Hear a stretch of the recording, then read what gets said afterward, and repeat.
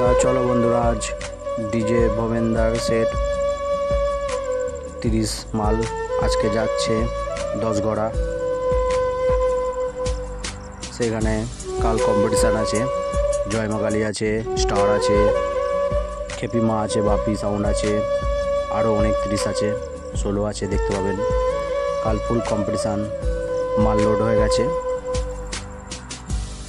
দাদারা সব উঠে পড়েছে বক্সে উপরে গাড়িতে।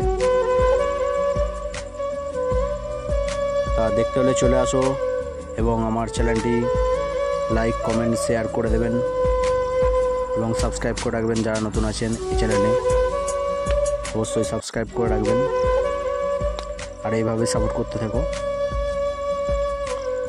তা সকল বন্ধুদের জানাই যে কালকে চলে এসো, ফুল কম্পিটিশান আছে। ভবেন্দা সব রেডি করে দিল।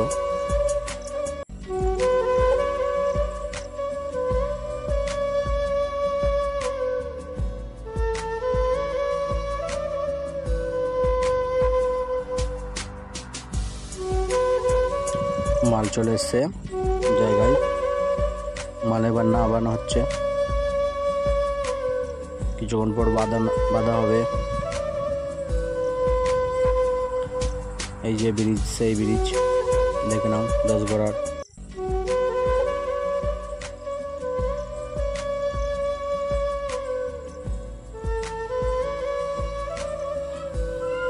সব দেখার জন্য রেডি হয়ে আছে।